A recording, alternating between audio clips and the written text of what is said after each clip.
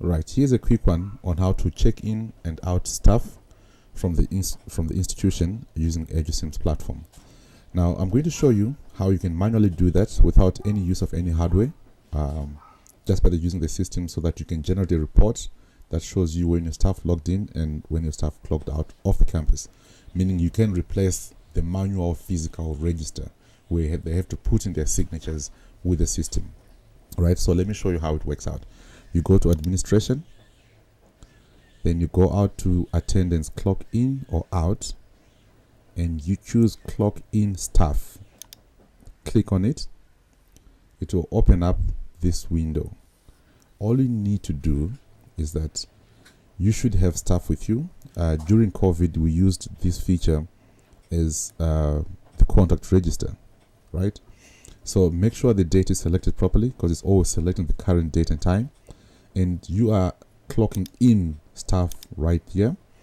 And you might have different campuses, so depending on your user rights, in my case I'm accessing the demo campus, and I can input the temperature of the passenger that is checking in or clocking in or out. If there are any remarks, I'll add any remarks. Otherwise, you need to either enter the staff code, or you can enter the staff username to check in. This process can also be used with a biometric reader, where you can scan and it populates this field on its own. So in this case, I'm going to enter my username, which is Sims admin, and I press tab.